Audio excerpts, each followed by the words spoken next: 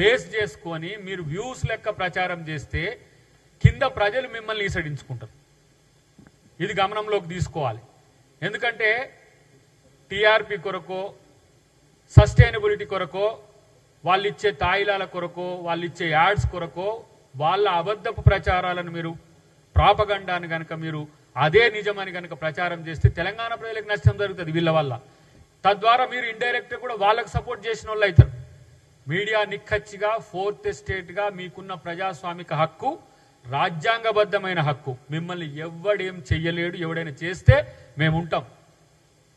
మేముంటామని ఎందుకంటాం? మేము మాకంటే ఎక్కువ తెలంగాణ ఉద్యమం చేసిన పొడింగులు ఏం కాదు. వాళ్ళ ఇంట్లో పడిన రోజు కూడా మా రాష్ట్రపతి అభ్యర్థిని, నేను ఇప్పుడు కాంగ్రెస్ పార్టీలో ఉన్నా కాబట్టి మా రాష్ట్రపతి అభ్యర్థిని నేను 3 చోట్ల అడ్డుకున్న ఉద్యమకారుని నేను.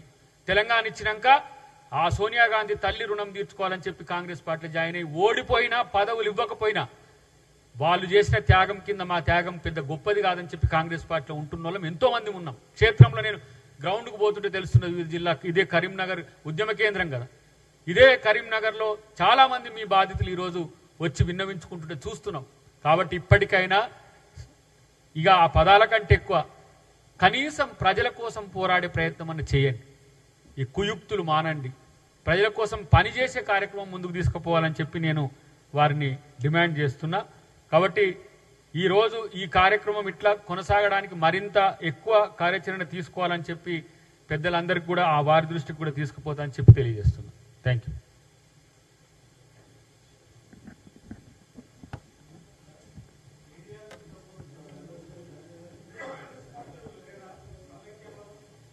ఎందుకు లేరు? ఇప్పుడు ఆంధ్ర తెలంగాణ, ఆంధ్రప్రదేశ్ విడిపోయి తెలంగాణ ఏర్పడాలని కోరుకున్న వాళ్ళమే తప్పితే, ఒక్క నిమిషం, తెలంగాణ డిమాండ్ తెలంగాణ ప్రజలు కోరుకుంటున్నారు కాబట్టి తెలంగాణ రాష్ట్రం ఏర్పడాలని పోరాడినని తప్పితే ఆంధ్రాకు నష్టం చేయాలని ఆంధ్రాకు వ్యతిరేకంగా ఏం లేం కదా. తెలంగాణ ఉద్యమకారులం కావచ్చు కానీ ఆంధ్ర వ్యతిరేకులం కాదు కదా. ఆంధ్రాలో కూడా ఇలా స్పెషల్ స్టేటస్ గురించి కానీ ఏవైతే స్పెషల్ జోన్కు సంబంధించిన అంశాలు వచ్చినప్పుడు భాజపాతో తెలంగాణ ఉద్యమకారులుగా సమర్థించిన వాళ్ళం కదా మేము.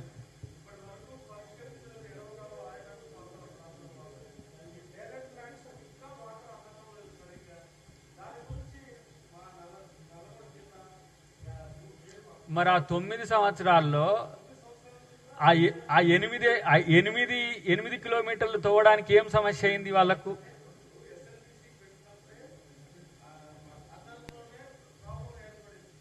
ఇప్పుడు ఎస్ఎల్బిసి అడ్వాన్స్డ్ టెక్నాలజీస్ వచ్చినాయి. మొన్న ఏదో ప్రమాదం జరిగింది, దురదృష్టకరం. 9 సంవత్సరాల్లో వాళ్ళు తోవితే ఈ పడాగుబడి ఉంటుంది అంటారు కదా తెలంగాణలో, అది ఆ స్థితికి వచ్చి ఒకటేసారి కొలాప్స్ కాకుండా ఉండు కదా. ఆ 8 సంవత్సరాలు, అప్పటికి 12 సంవత్సరాలు అయింది ఆ టన్నెల్. మరి అది ఎందుకు చేయలే? ఇదే ఇప్పుడు నేను అంటున్నా, ఈ కృష్ణా బేసిన్లో ఏ ప్రాజెక్ట్ కట్టిండో చెప్పండి ఒకటి. ఇప్పుడు వాళ్ళు మొచ్చుమర్రిగా మల్యాల నుంచి ఇప్పుడు ఏంది హెచ్ఎన్ఎస్కు 700 క్యూసెక్లు ఇప్పుడు తీసుకుపోతున్నారు. కనీసం 700 క్యూసెక్లు వరద వస్తే తీసుకుపోయే వ్యవస్థను ఏర్పాటు చేసుకున్నారు. ఇలా మీరు ఇప్పుడు కేఎల్ఐ కానీ పాలమూరు రంగారెడ్డి కానీ ఎక్కడనైనా మనం ఇప్పుడు నీళ్లు ఎత్తి పోసుకునే పరిస్థితి ఉన్నదా? భీమా, నెట్టెంపాడు, కోయిల్ సాగర్ ఏదైనా ఒక్క పథకం చెప్పండి మనం ఇప్పుడు ఎత్తిపోసుకోవడానికి. వరద జలాల మీద పెద్ద చర్చ పెడుతున్నారు కదా. వరద వస్తే కిందికి పంపిస్తే నాగార్జున సాగర్ నిండిన తర్వాత ప్రకాశం బ్యారేజ్, పులిచింతల ప్రకాశం బ్యారేజ్ నుంచి సముద్రంలో పోతాయి కదా. కనీసం అట్లా పోకుండా ఉండడానికి వాళ్ళు 700 క్యూసెక్లు పోవడానికి ఇప్పుడు హెచ్ఎన్ఎస్ నుంచి తీసుకుపోతున్నారు.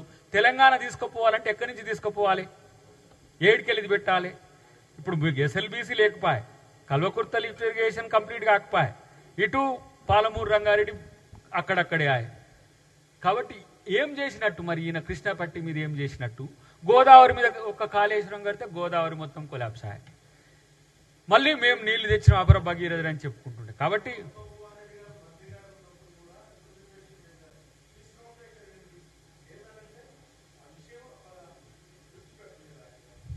విషయం దృష్టి పెట్టలేదు కాదు. ఇప్పుడు ఇంకా ఈ గోదావరి ప్రాజెక్టుల మీద కూడా చర్చ జరుగుతుంది. అన్నిటికంటే ఎక్కువ ఇచ్చంపల్లి కూడా ఆల్టర్నేటివ్ ప్రాజెక్టు ఒకటి తీసుకొచ్చే ప్రయత్నం జరుగుతున్నాయి. ఎందుకంటే ఇచ్చంపల్లి అయితే నల్గొండ జిల్లాకు కూడా, వరంగల్ నల్గొండ జిల్లాకు కూడా అవకాశాలు ఉన్నాయి. గతంలో కాంతనపల్లి ఇట్లా చర్చ జరిగింది.